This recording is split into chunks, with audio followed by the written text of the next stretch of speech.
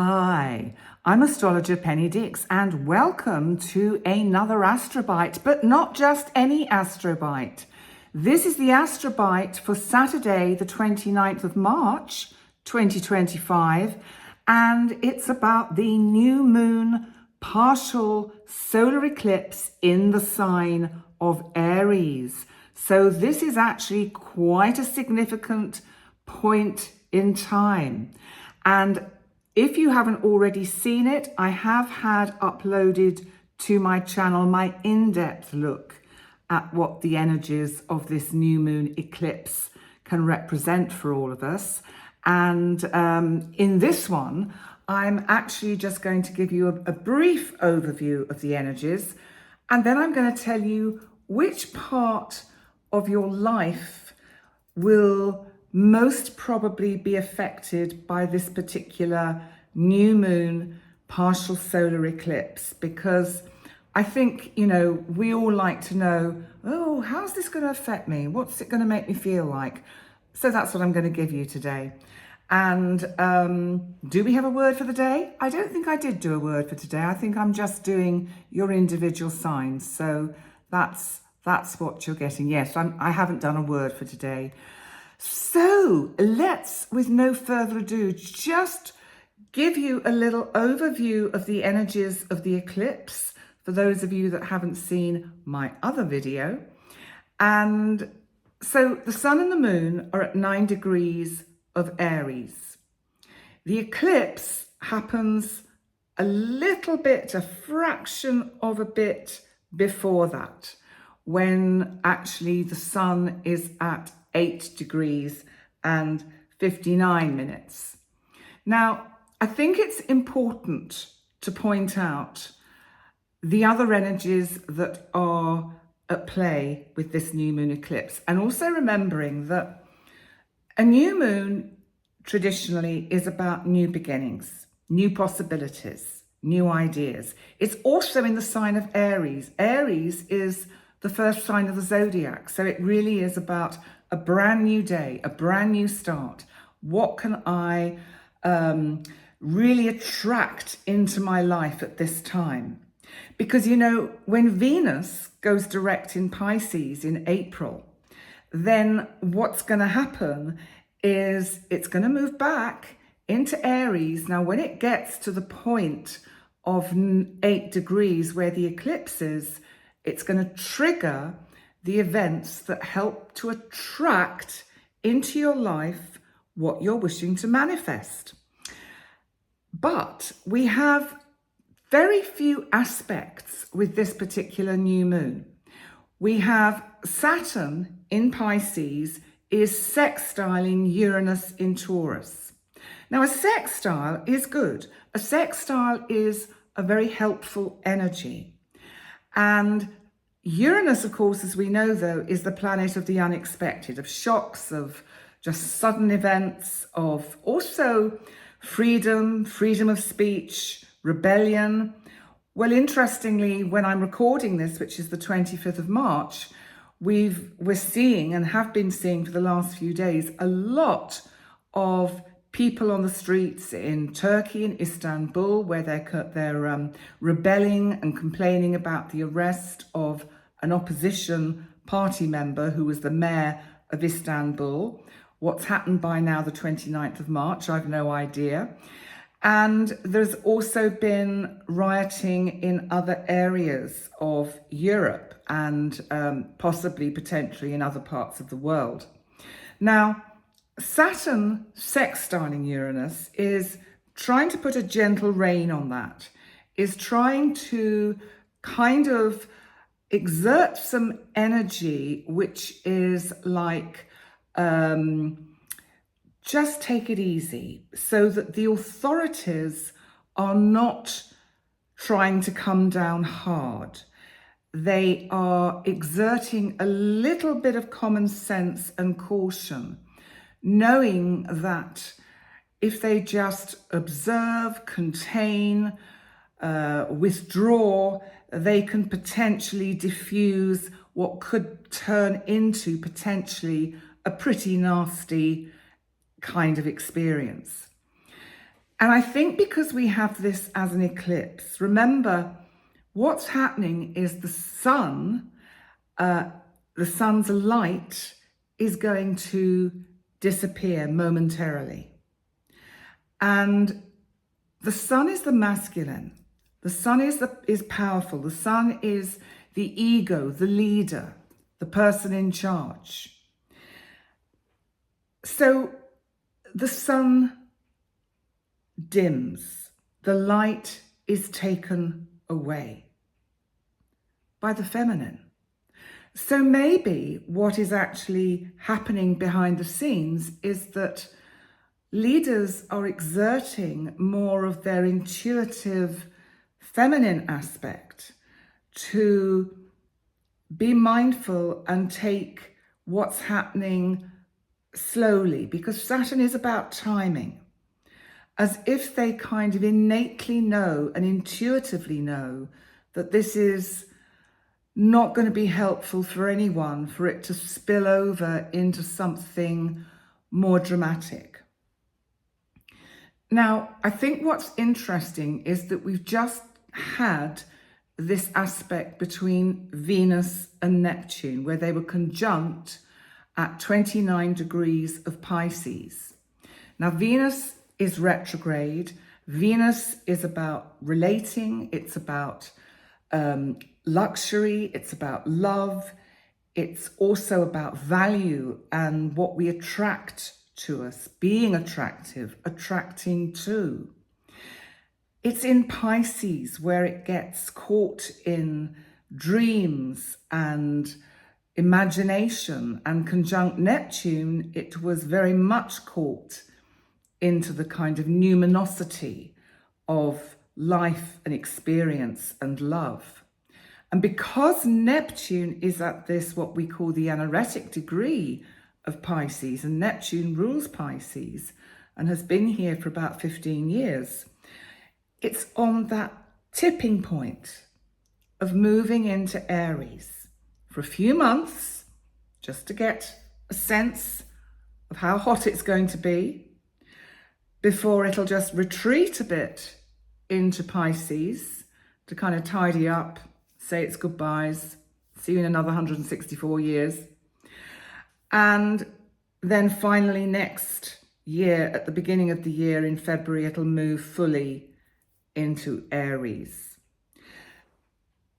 I'm going to talk about that in the Astrobite that I will do tomorrow, because tomorrow, the 30th of March, is when Neptune will actually go to the 0 point of Aries. But more of that tomorrow. Let's come back to what is happening with this new moon and how we feel. Let's look at it on an individual level. How are we going to feel this personally? We have to think about the fact that it's in Aries. And Aries, of course, is all about initiative. It's taking action. It's self-assertion. It's our innate drive and determination to create new pathways in front of us. I think this eclipse is encouraging all of us to reflect on how we are with ourselves on our individual level, and to see where we can take steps for self-development, for self-improvement, and to look at what we can embrace in the present that we can take with us into the future, because it somehow correlates with the energies of the direction of the timeline that we want to go. So it's actually a really powerful, I know I always say that, we all say that, it's a powerful new moon, partial solar eclipse. In the overview that I've done, I show you a picture of the eclipse, of a similar eclipse, because it's basically known as the devil's horns, because if you look at the picture, which I haven't got to hand here, it's the sun covered by a bit of the moon, which makes like horns. It's fascinating. It's fascinating. And in fact, I'm just going to find, because one of you commented that it actually means something else. And I thought, this is really interesting. I need to explore this. And can I find your other message? Of course I can't. So never mind. Anyway, it was that it is the stag horns. I think that's what you said. And I think it was, you asked me where I found the image. And the image that I find on the new moon partial solar eclipse in Aries video is from timeanddate.com in the drop down box, which shows you eclipses. And as it's the eclipse that's coming up, so that's where I found it. And I think you called it the stag horns, which you said you've been doing a lot of research into it, which was very interesting. So I just bring that in, and I'll refer you all back to the comments section on the new moon video, because then you'll be able to see what this person commented and what she said, because it was actually very interesting. And so coming back to today, because here we are in the energy. And I think without any further ado, I should actually let you all know which part of your chart, which part of your life is potentially going to be triggered by this new moon partial solar eclipse. So let's start with Aries. And remember, it's for Sun in Aries and your rising sign in Aries. So, of course, this is the first house. And what it says in the first house is that it's about really, really sort of looking at the self and reinventing who you are. You've got an opportunity here to really take a good, long, hard look at yourself in the mirror and think, who am I? What is my identity? You know, how often do we really, truly look at ourselves? I know we often do within the realms of, say, if we're in therapy or counseling or anything that is kind of self-reflective, but who is the Aries person? Who are you? What is your true identity? Because I wonder whether this eclipse is about a part of you that has been kept hidden, and a pretty powerful part, and a part that can now come out into the light. Let's move on to Taurus. So this is for Sun Taurus and also for rising sign in Taurus. So this eclipse for you is going to bring in a period of more deep inner thought, and perhaps even really facing up to your inner world and shadow. So a lot of inner reflection can come with this eclipse, and an understanding, a new understanding, as the light reveals once the eclipse has passed, patterns in your unconscious behavior that actually are able to release you from perhaps situations and blocks in your life that have really held you back on an unconscious level all your life.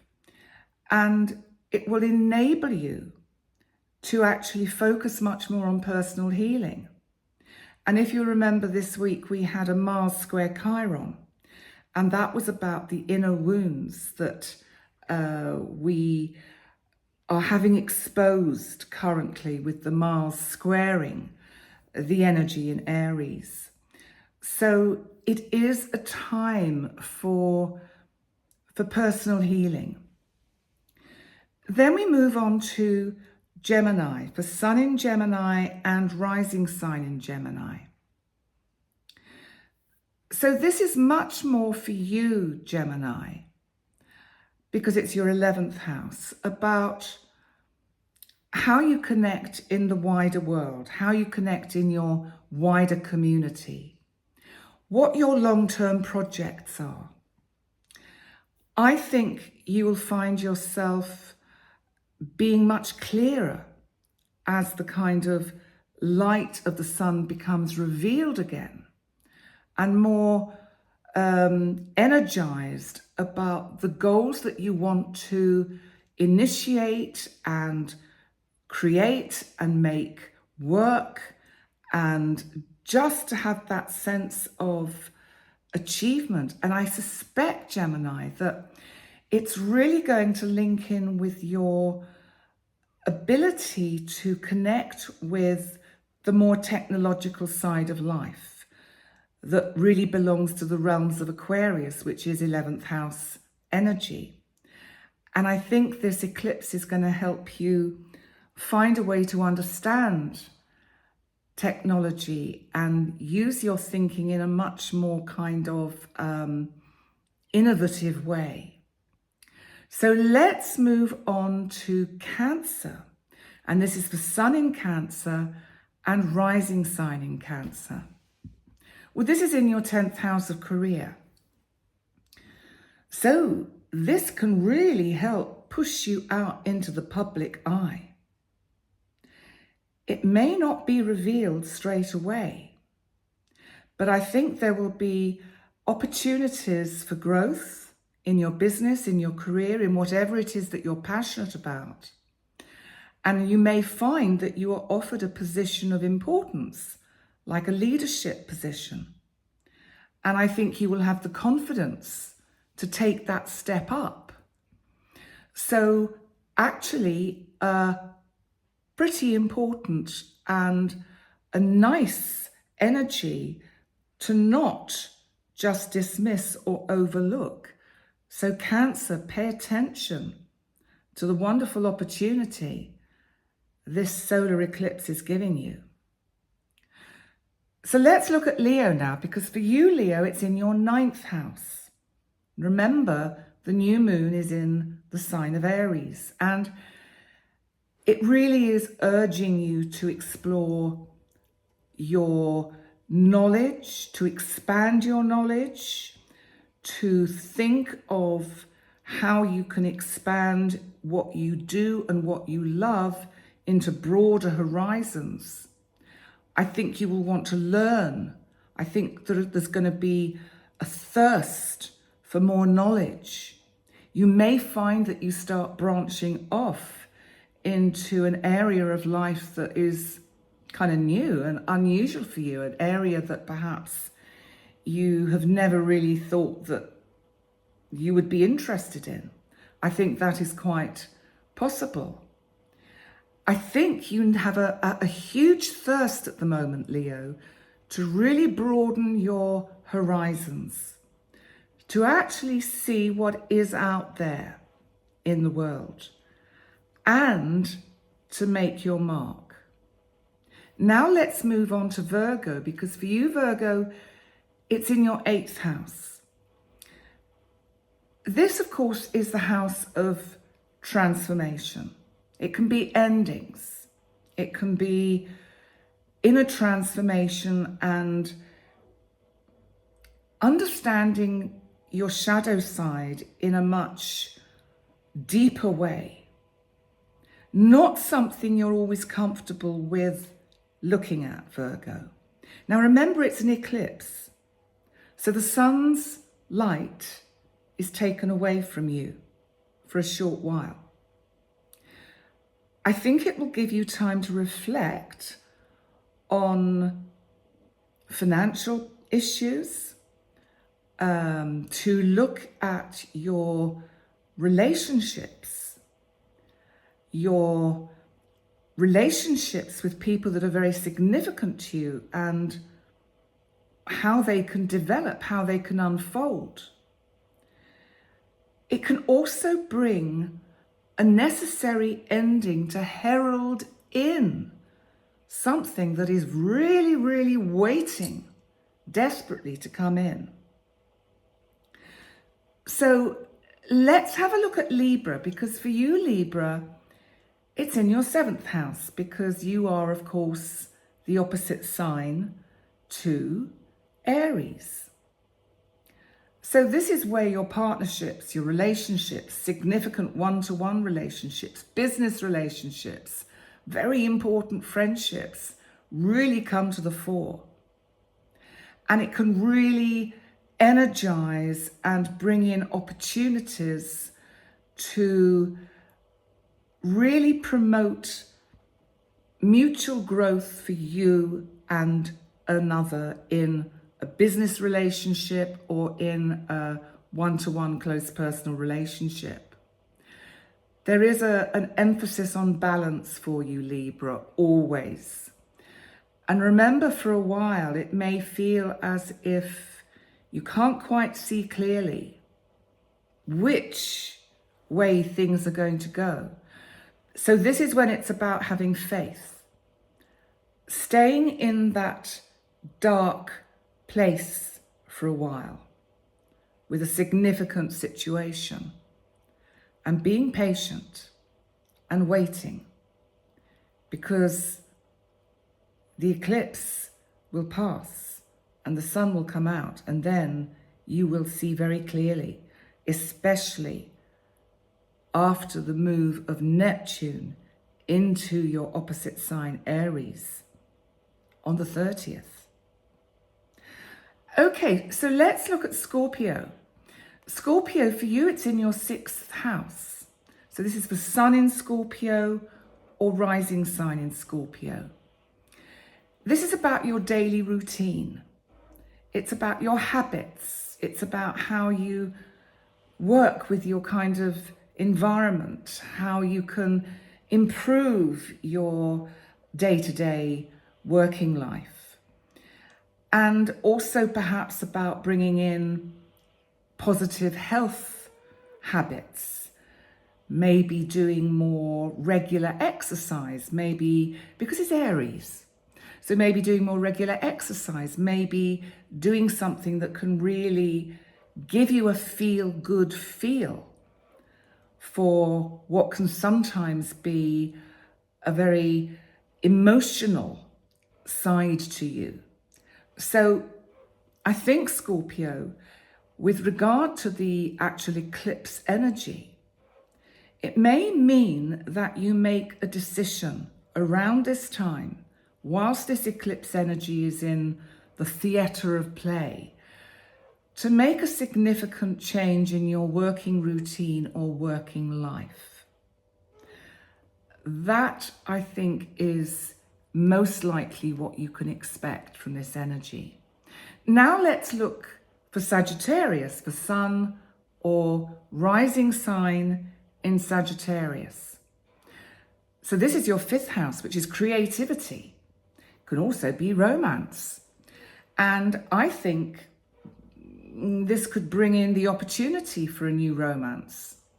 I think that if you take advantage of the opportunities as they present them, I think you'll have lots of energy and feel particularly creative about how you can put yourself in the right place at the right time, so that when the sun comes out again, you're ta-da, and here you are. And it feels as if you're rediscovering a very passionate side to your nature through this energy. And that's going to help you feel as if you are moving towards a far more fulfilling time of your life. Now let's move on to Capricorn. So for you, Capricorn, it's in your 4th house. This, of course, is your home and family. And this is also about ancestors and your relationship with your past wounds that, it's interesting, you're going to have Neptune going into this part of your chart. And You're going to have it here for 14, 15 years. I think Capricorn, it's going to make, it's going to give you an opportunity to clear up a lot about the past.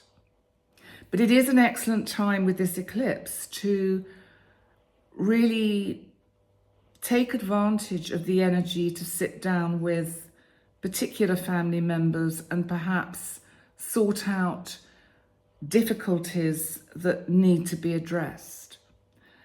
And this can be with friends that are like family also. Sometimes we come up against difficulties in relationships and situations with friends or family. And it's not always easy to put our kind of glasses back on and say, okay, I'm ready to look at the problem that perhaps has caused a split. So I think this eclipse says, I think we can let go of the past. I think if you choose Capricorn, remember Sun Capricorn or rising sign Capricorn, we could actually make a lot of headway here and move forward in a very positive way. But let's move on to Aquarius. Sun in Aquarius or rising sign in Aquarius.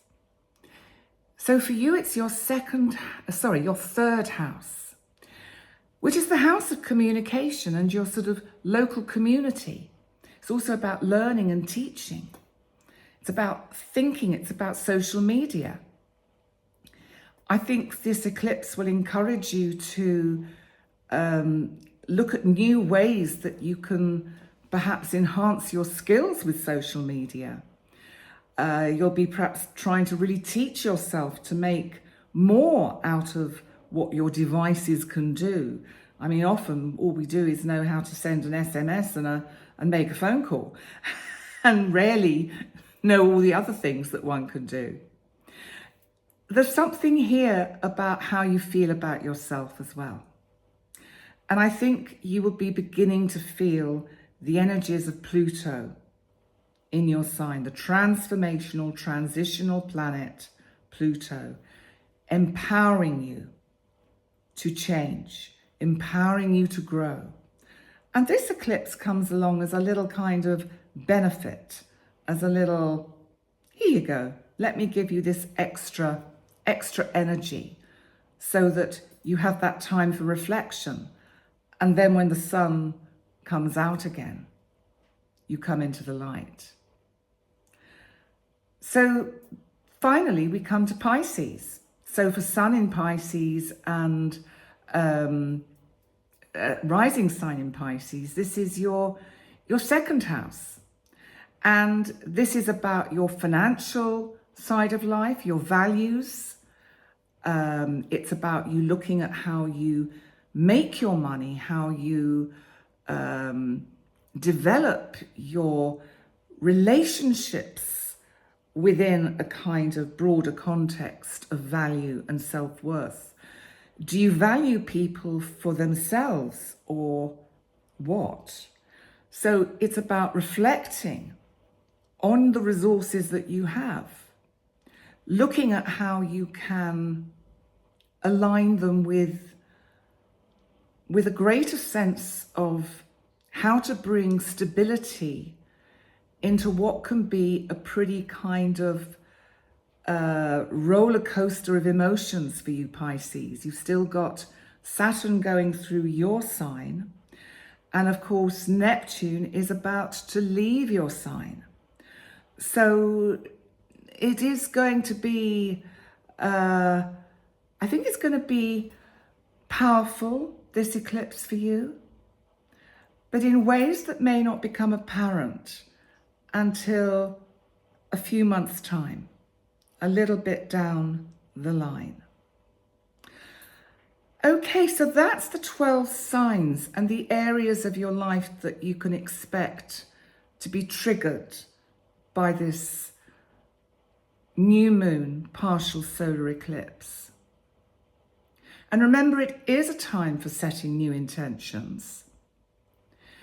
But I think it's, as always, we have to be mindful of what it is we are trying to initiate, because I think because the light is taken away from the sun, it blocks out maybe parts of what we should be seeing that we can't see. So we might miss something quite important. So I think it's important not to make knee-jerk decisions, to jump into something at this time. Take a bit of time. If the opportunity to do something new actually comes today, just give it a bit of time. Don't rush into it. It's a catalyst. All eclipses are catalysts. So that if we actually use the energy with mindfulness, then for all of us, it can really be a very thought-provoking and growth-provoking experience. So that's what I think about today's new moon partial solar eclipse. And remember, if you are in a part of the world where it's visible, which I think is North America, Canada, and parts of Europe, then please don't look with the naked eye, because you will damage your eyes. So remember to take all the advised precautions that doctors and opticians would recommend you do. So thank you for joining me for today's Astrobite. Remember to like, comment and subscribe. And what else do I want to say? Yes, if you want to have a session with me, remember, go to pennydix.com and you email me at penny@pennydix.com, and together we will have a little chat via email and try and work out the time for you and the time for me according to the different time zones. Now, our clocks actually finally go forwards in the early hours of tomorrow morning. So at last, I think I will get a better sense of what time I see you, so that I can tell you what time that is. On that note, enjoy the eclipse, make positive dreams come true, and all shall be well. Take care. Bye for now. Bye.